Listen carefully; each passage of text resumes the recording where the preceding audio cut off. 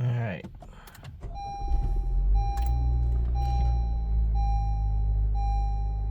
Yep, we got a low battery alert. So, looks like my remote is in need of a new battery. All right, first thing we want to do, slide this over and release the mechanical key. We're actually going to use that to pop this open. So there's little notches right in there. We're going to slide this right in here and give it a gentle twist. Keep the buttons facing down because you don't want them to pop loose and fall out, because then it's going to be a mess trying to get that back together. So we're just going to pop that in there, give it a gentle twist. There we go. You can hear that little release. Lift this off. There's our battery, CR2032. Our new battery. So I'm just getting right in here, and I'm gonna pop that out.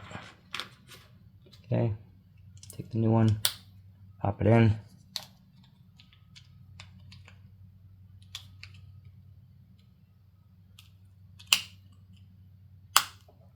Get that side in.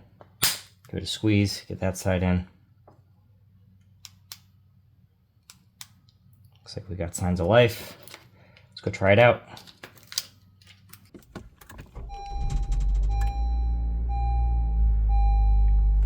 Hey, look at that, no more alert. Alrighty, good. Alright, we're all set.